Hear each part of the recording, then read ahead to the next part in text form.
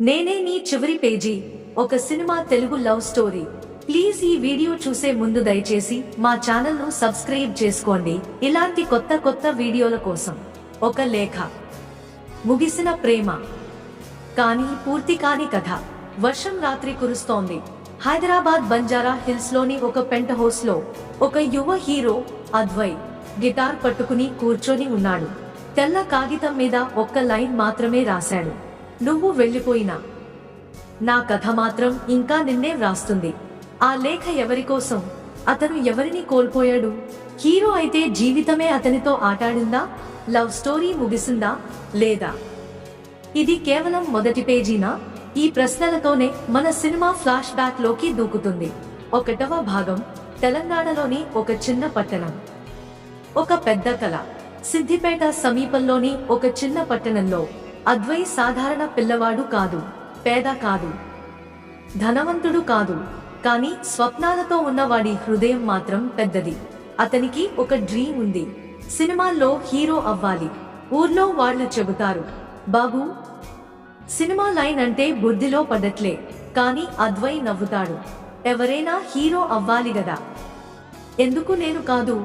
సినిమాల మీద అతని ప్రేమ పుట్టుకతో వచ్చిన జ్వాల లాంటిది. కానీ అతని జీవితం మార్చేసింది ఒక బస్సు ప్రయాణం. 2వ భాగం. హీరోయిన్ ప్రవేశం ఆరాధ్య.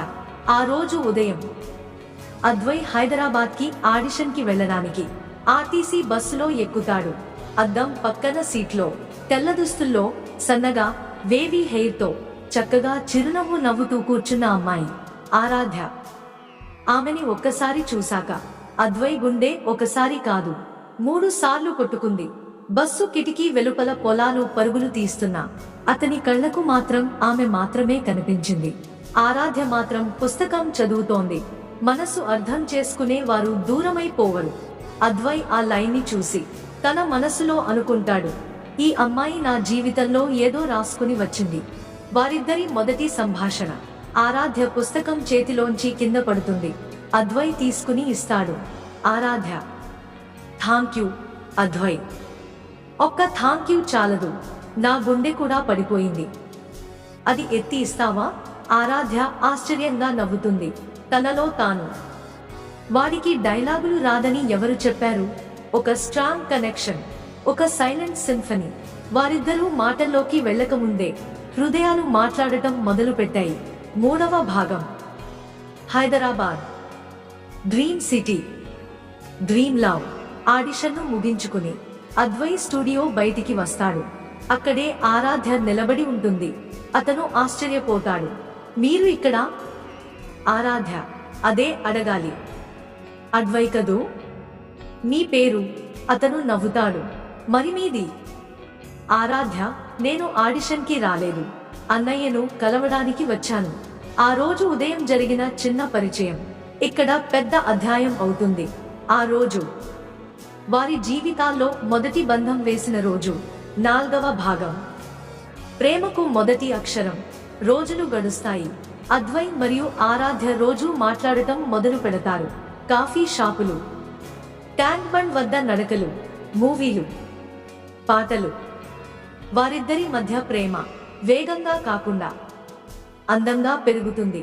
ఒక రోజు ఆరాధ్య అంటుంది, అద్వయ్, నీ కళ్ళల్లో చాలా కలలు కనిపిస్తున్నాయి, కానీ ఆ కలల్లో నేను ఉన్నానా?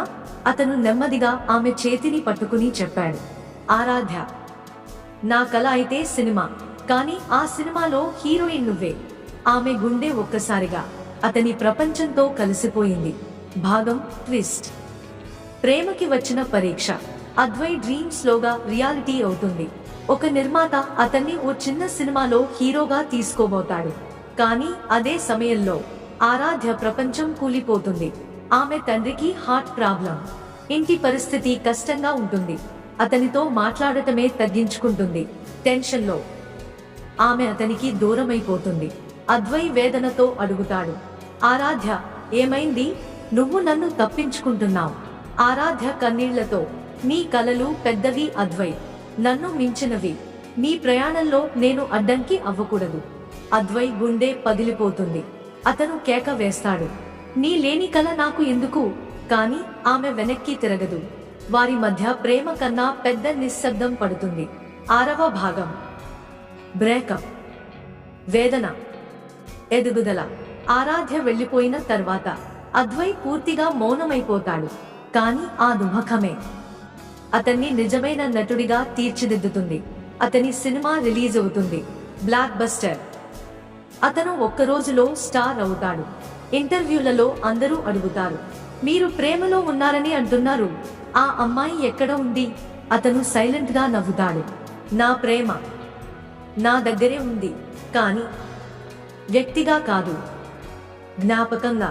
ప్రపంచానికి తెలియకపోయినా అతని ప్రతి సీన్లో ఆరాధ్య ఉంది. 7వ భాగం.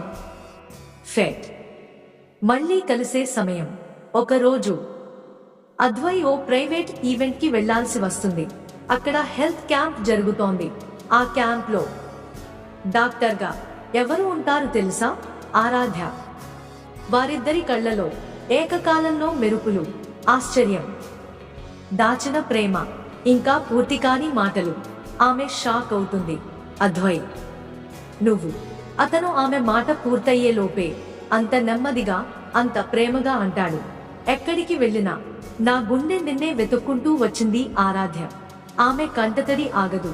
నేను నిన్ను ప్రేమించలేదనుకోకు అద్వై, కానీ నేను నీకు తగిన అమ్మాయి కాదనుకున్నాను. అద్వై ఆమె చేతిని బిగించి పట్టుకుంటాడు.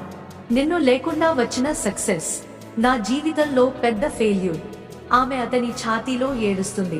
అతను ఆమె వెంట్రుకలను తడిమి తడిమి అంటాడు, నిన్ను మళ్లీ కోల్పోను. 8వ భాగం. క్లైమాక్స్. ప్రేమకు ప్రూఫ్. ఆ రోజు రాత్రి అద్వై ఆమెను నగరంను చూపించడానికి తీసుకెళ్తాడు. ట్యాంక్ బండ్ పై వారిద్దరూ సైలెంట్ గా నిలబడతారు. అద్వై చెబుతాడు, ఆరాధ్య, నేను హీరో అయ్యా, కానీ నా కథ నువ్వే. ఆమె నవ్వుతూ అంటుంది, మరి నా కథలో హ్యాపీ ఎండింగ్ ఉంటుందా? అతను ఆమె గన్నుపై ముద్దు పెట్టి చెబుతాడు, నాతో ఉంటే ప్రతిరోజు హ్యాపీ ఎండింగ్. వారిద్దరూ కౌగిలించుకుంటారు. నగరం లైట్లు మెరిసిపోతాయి. ఆకాశంలో పటాకులు పేలినట్లు వారి హృదయాలు వెలుగుతాయి. ఒక కొత్త పేజీ.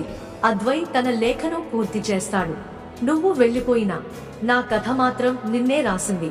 ఇప్పుడు తిరిగి వచ్చావు, అందుకే ఈ కథకు పేరు నేనే నీ చివరి పేజీ.